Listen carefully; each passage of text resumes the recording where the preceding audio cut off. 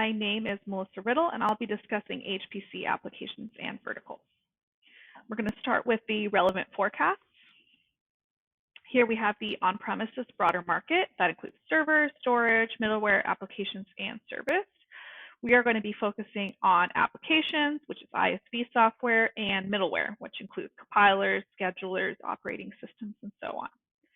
Together, those two categories are expected to exceed $9 billion by 2027, and they make up about a quarter of the on-prem broader market. If we look at the growth rates, we can see that middleware is expected to grow slightly faster than applications. However, both of them are expected to grow slightly slower than the market writ large. Here we have a visual representation of the revenues for middleware and applications. We can see that applications is about triple the size of middleware, so it does represent the majority of the revenues that we discussed earlier. Next, we're looking at the HPC server forecast by vertical. So here we have first the 2022 server revenues, followed by 2027 revenues, and then the growth rate for that time period.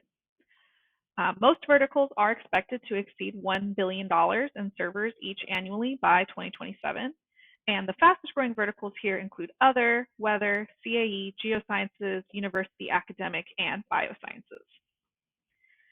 Next, we're going to add on to that server view. So we're starting with 2022 on-prem servers from the previous slide. We're adding in on-prem broader markets. That's the uplift, including servers, storage, applications, and so on. Everything that's required to support those HPC systems in the first column. And then we also have the cloud by vertical view here as well.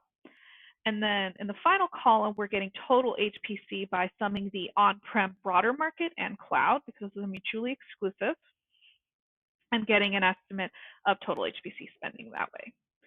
So looking at this view, we can see that in total HPC, most verticals actually represent over $1 billion annually today already. And we can also see the pattern here that cloud revenues are significantly lower than on-prem.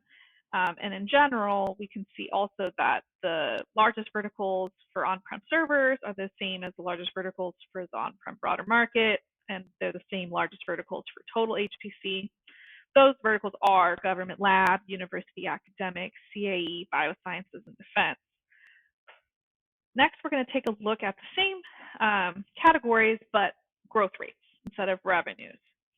So we can see here that cloud has high growth rates compared to on-premises. And in fact, all verticals now expect to have higher growth in the cloud than on-prem servers or on-prem broader market. So although the revenues are lower in cloud, the growth rate is higher. And looking at total HPC line here, the fastest growing verticals include other, weather, CAE, geosciences, and economics financial. This is similar to the fastest growing verticals list that we looked at previously for HPC servers on-prem, but it's not identical. So for example, economics financial wasn't in that previous list because it's primarily being driven by high cloud growth rather than its on-prem growth. Next, we're going to be looking at some applications and verticals trends. So starting with applications, we are seeing that increased cloud adoption is increasing concern about software licensing terms. So for example, HPC users are continuing to report that the availability or the pricing of their desired applications in the cloud is continuing to be a significant limitation on their cloud growth. But the effect between cloud and software goes the other direction as well. Users do report that they're selecting software for the purpose of being efficient in a hybrid environment, meaning that they have favorable use in both on-prem and cloud. We see this, for example, in schedulers. Slurm is the market leader here, has the highest adoption. And one of the factors that is mentioned by Slurm users about motivating their Slurm use is that it has favorable licensing, both on-prem and in the cloud. Another trend we're seeing here is operating systems. The upheaval is continuing with rippling effects following Red Hat CentOS changes that have been ongoing over many months now.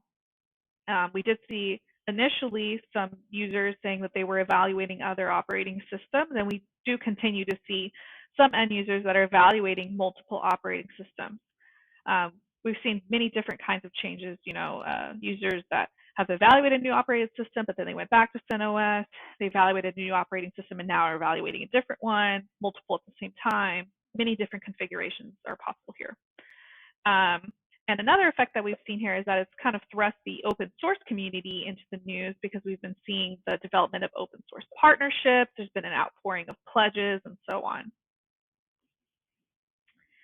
Here we're going to look at, with verticals, AI adoption. So we're going to start in the first column is HPC servers, which is the same as from previous slides. Then we have the portion of that that is AI. The next two columns are the typical percent tables summing to 100. So taking the total revenues of HPC and then how does that split out among the various verticals, and same for AI. That revenue view, though, does tend to weight verticals that are already larger in revenues anyways. So in the final column, we're going to take a slightly different view, which is that, for example, in biosciences, if we take the $200 million of AI servers and divide it by the $1.4 billion of servers, we conclude that approximately 15% of biosciences revenues are attributable to AI. And so if we do this, we can get a slightly different view where we're seeing which ones have the highest rates of AI adoption. So if we look at that AI adoption view, we're getting DCC, government lab, biosciences, and defense. By contrast, if we just look at the highest AI revenues, then we would get government lab, university, academic, defense, and biosciences. So both of these views are valuable, but it's important to look at the differences here. And thank you for your time. Please feel free to contact me.